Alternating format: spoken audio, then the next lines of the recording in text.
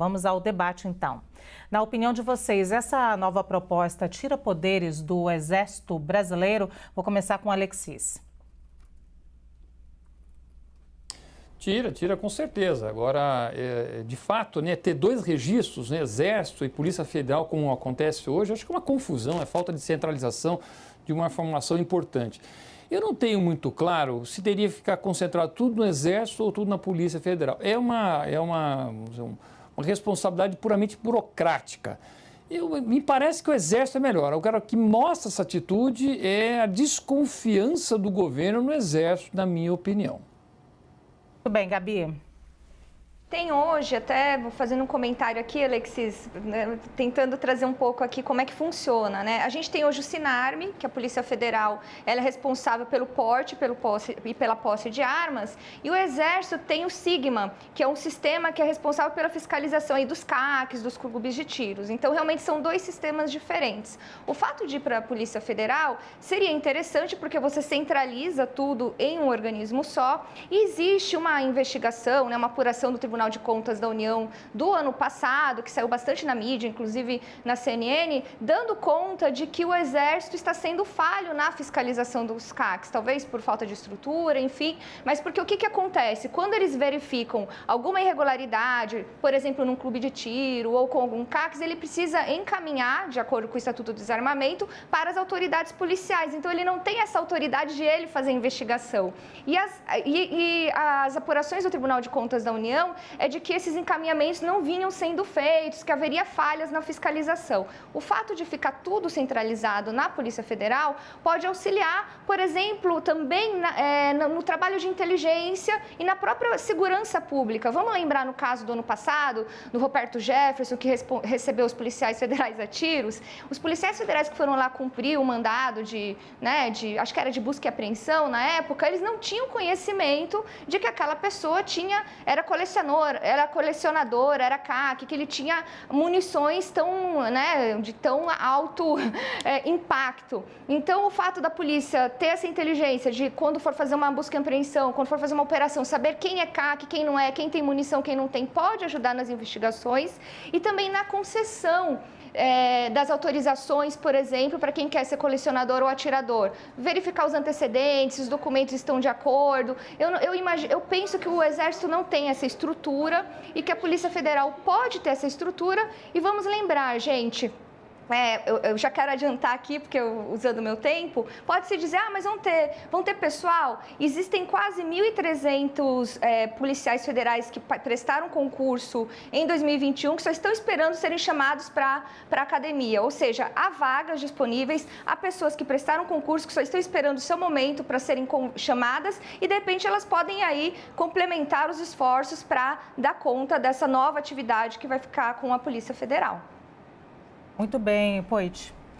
Lu, eu vou ser bem sucinto, também tenho as minhas dúvidas em relação à burocracia, porque acho que isso tem que garantir uma segurança, tem que garantir um mapeamento, né? A Gabi colocou o procedimento todo, mas não pode ser um negócio que você cria mais burocracia ou muda de pasta somente para dificultar o cidadão, que também... está na Constituição o seu direito de ir e vir, liberdade, propriedade, de se defender, de poder ter uma arma, principalmente num lugar muito isolado, num sítio, numa fazenda, que a polícia vai demorar tempos e tempos e tempos. Embora o professor Lênin Streck, que é outro convidado que sempre está aqui, né, pensa totalmente diferente de mim, mas eu respeito muito, intelectual, a gente debateu sobre isso, diz que, mas o papel de manter a segurança é do Estado. O Estado tem que garantir, a gente tem que confiar. Mas e quando o Estado não faz a nossa segurança? O que eu vou fazer lá no nosso interiorzão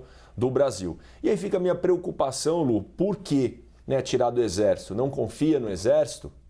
Por que colocar na PF, que infelizmente no governo Bolsonaro teve a questão do próprio Ramagem aí, que saiu da BIM, foi para a PF, aí foi indeferido o negócio dele na PF, porque tinha claramente um conflito de interesse.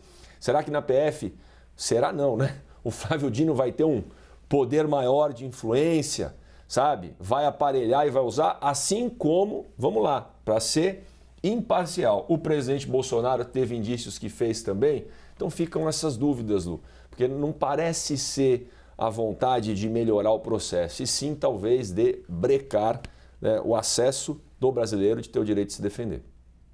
Juliano. Esse tema é tema sério, Lu, porque vou trazer alguns dados aqui, além daquilo que a Gabriela já mencionou.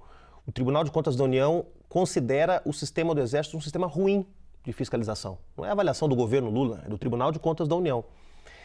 Vejam só, se estima que 76% das armas apreendidas hoje no Brasil com criminosos foram compradas legalmente.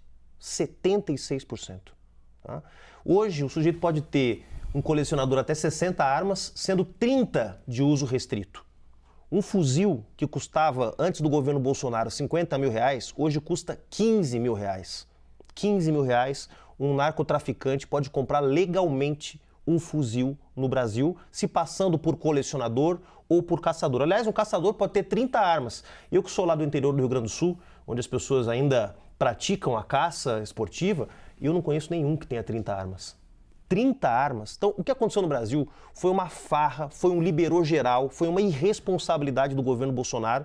O Exército não consegue cumprir, essa é a avaliação do Tribunal de Contas da União, e é preciso ter uma nova regulamentação. Tudo que puder pôr fim a essa farra das armas que o Bolsonaro estimulou no Brasil tem que ser apoiado. Sempre mantendo o direito de cidadãos que às vezes se sentem, como eu vou dizer, inseguros em determinadas regiões, e é o caso do cidadão do campo, que houve ressalva, inclusive com ministros do governo, sempre mantendo essa isenção, que existe uma discussão também para que o cidadão do campo possa se defender? É isso que você propõe? A lei já resguarda isso, Lu. Eu sou totalmente favorável... Porque quando politiza, todo mundo fala, mas e o cidadão do campo, a pessoa que não tem ali um policiamento, que acaba tendo que se defender ele próprio, mora num sítio longínquo? É sempre esse exemplo que é usado, tá, Lu? Sempre esse exemplo, e eu acho que é um exemplo legítimo. Considero que é um exemplo legítimo. Mas não foi isso que aconteceu no governo Bolsonaro. O que aconteceu no governo Bolsonaro foi uma liberação geral de armas, inclusive com apreensões de armas legais nas mãos de narcotraficantes, fuzis de uso restrito do Exército, comprados legalmente no Brasil. Então, isto é um problema. Não é possível que quem fala tanto em segurança pública, em proteger o cidadão de bem, ignore o fato de que parte das armas compradas legalmente no Brasil vai parar na mão de criminosos. Então, o exemplo é sempre o coitado do camponês que está isolado. Para isso, já há a liberação, os mecanismos suficientes.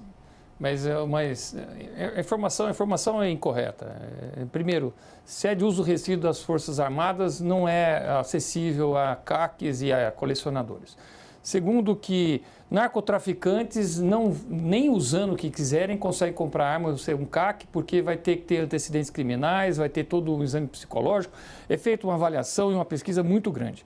Terceiro, que agora com a restrição de 600 munições por arma por ano, o CAC quase não pode atirar. E ele tem que, para manter a situação de CAC, ter uma habitualidade de pelo menos 8 treinos por ano. Quer dizer, vai 8 treinos por ano, vai dar 100 e poucos tiros, que não é nada, para poder manter a sua condição de CAC. O que está sendo feito é um desmonte. E eu acho que nós temos o direito. Eu sou um CAC, tenho um prazer em praticar esse esporte. Eu não vejo por que nós temos que ficar com essa ideia de que toda arma legal vai parar na mão de um bandido.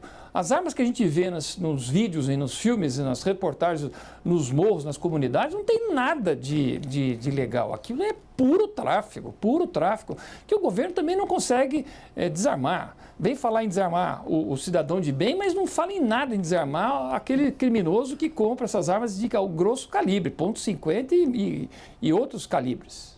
Mas, Alex, só uma questão aqui, tomando a liberdade, Lu. Como é que você explica, então, as apreensões de armas compradas legalmente? Essas apreensões não existiram? São fake news? Apreensões de armas encontradas com algumas apreensões. Não, eu não sei como é que foi parar na mão do narcotraficante, mas com certeza ou ele não comprou legalmente, tá certo? Ele roubou uma loja, roubou algum clube, fez alguma coisa nesse sentido, que até o próprio Exército já teve armas roubadas nesse sentido. Agora tem que parar com essa falácia de achar que a maior parte das armas na mão de bandido é legal. Isso não é verdade mesmo. E vamos olhar para o número de crimes com arma de fogo nos últimos anos, veio caindo. Quero ver números, estatísticas, tá certo? Quando a presa está armada, o caçador, vamos dizer, o predador passa fome, meu amigo. Não é assim, não.